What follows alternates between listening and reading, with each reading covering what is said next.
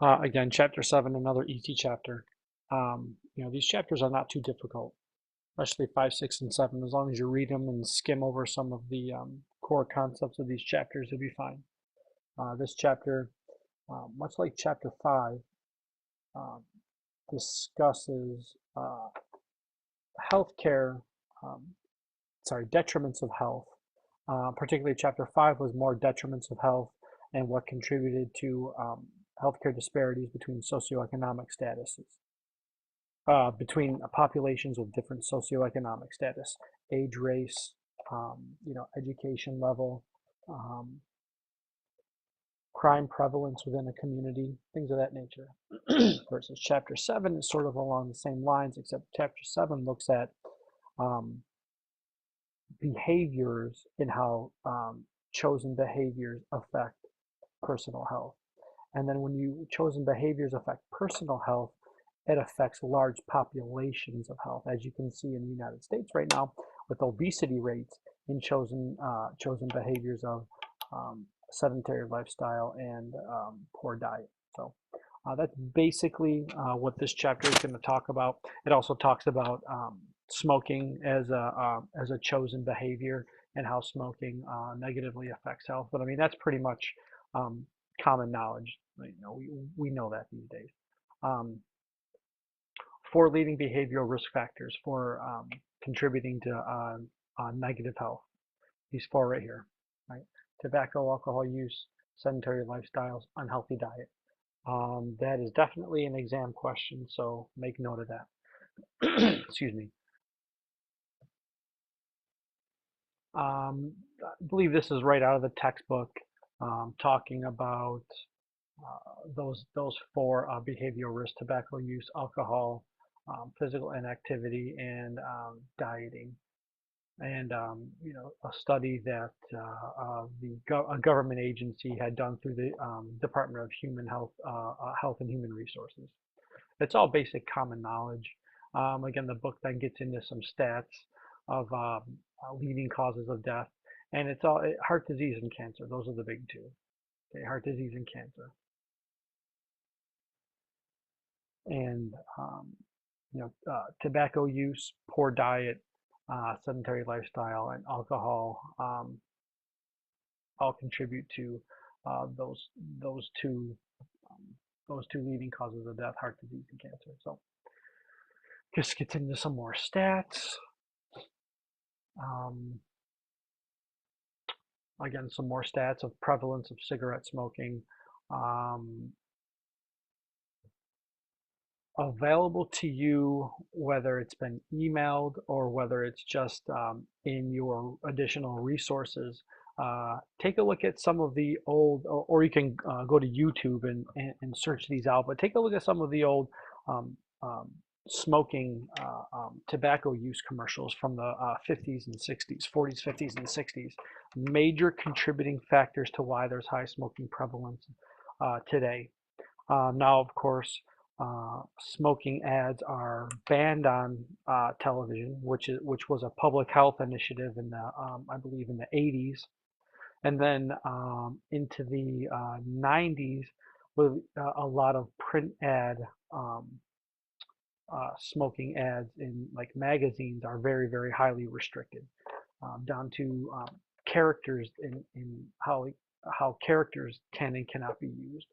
Um, because I believe a lot of studies were shown that the Camel cigarettes, the Camel was appealing to children, and that's how a lot of children started smoking, was because of the appeal of ads.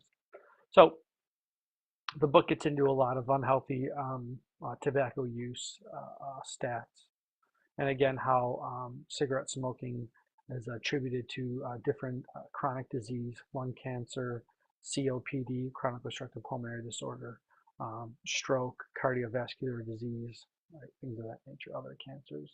Okay, and that's a big drain on the healthcare, on our healthcare dollars. So some public health initiatives that fit in with Chapter 6. The government passes laws and different policies in order to, quote unquote, try to protect the public. And so what do they do? Well, most recently with the Affordable Care Act, I believe it put an additional $1.01 tax on federal tax on a pack of cigarettes, the sin tax law, if you will. Now you're seeing more and more smoke-free zones. I believe there's a federal policy of you can't smoke anywhere in any establishment where food is served. Okay, there is an age limit on minors and accessibility to tobacco products, or you have to be 18. And a lot of tobacco agencies are using a lot of their profits into anti-smoking campaigns. The CDC's response to smoking-related deaths. Okay, again, public health initiatives. Go back to Chapter 6 and look at that public health, the cycle of public health programs that we had talked about in Chapter 6. Okay, and then chapter just goes on and it starts talking about the other three top behavioral risk factors: alcohol use and how it attributes to deaths, physical inactivity and how it contributes to obesity rates, and then the national daily recommendation is 30 minutes of moderate exercise 5 days a week. It used to be 3 times a week, right now it's 5 times a week. And then diet, and now what we're seeing is some of the daily recommended dietary intakes, such as like sodium or salt. What's out there now is saying that that's even too much salt intake. So again, diet contributing to a lot of deaths and healthcare dollars. Obesity, which there's a slew of negative health effects and healthcare dollars spent on obesity-related conditions, and there's also diabetes, right, with unhealthy diets, together coupled with physical inactivity, it's causing a real problem on our healthcare society. Again, trends of obesity in the United States. A lot of it has to do with unhealthy public health or private lunch or free lunch programs. Okay, the school free lunch programs in public schools actually is a big contributor to obesity in the United States and childhood obesity. What weapons of mass destruction. Here's a couple of articles of choice, and then there's I believe this is that's a YouTube video. I think this is a video as well. Talking about obesity and trends of obesity in the United States. Lifestyle interventions. Now here's something that we'll stop on a second, and this is definitely going to be on your quizzes and exams.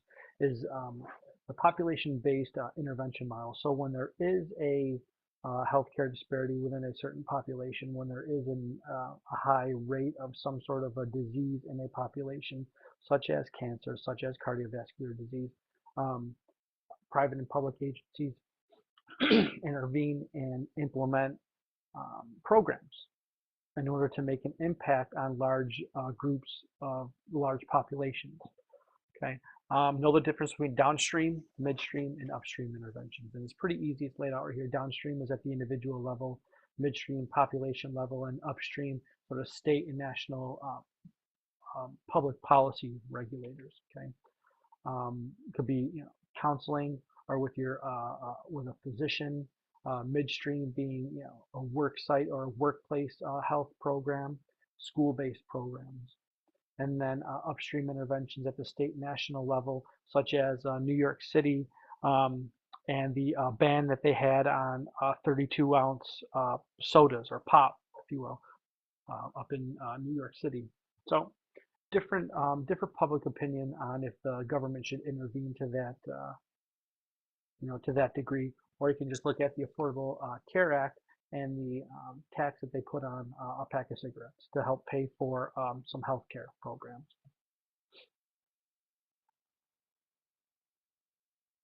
This is a part of the textbook talking about the 5 A's of behavior change. ask advice, agree, assistance, and arrange. Just get familiar with it. And again, that's in the text. The text does a pretty good job of laying that out.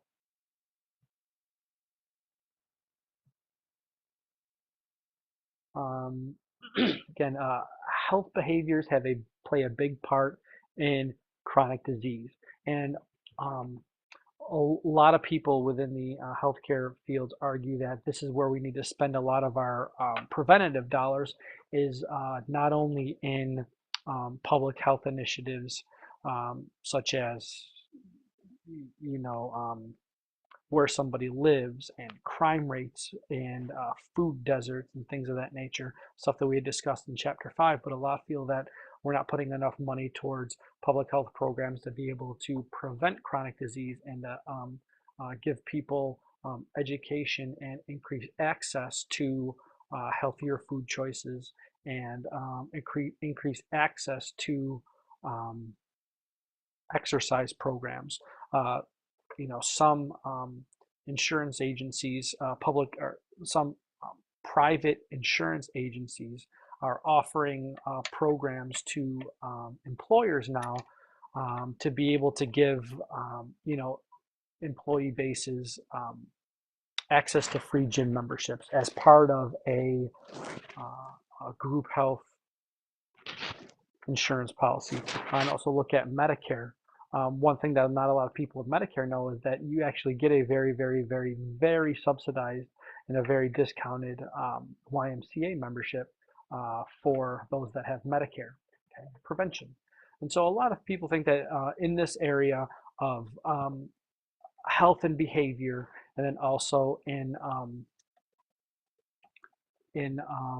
chapter 5's population health, okay, that not enough money is being spent within those two areas to be able to prevent a lot of things from happening, so that we're not a sickness care system and looking for that silver bullet cure, if you will, on the medical side of things, on the medical model, okay.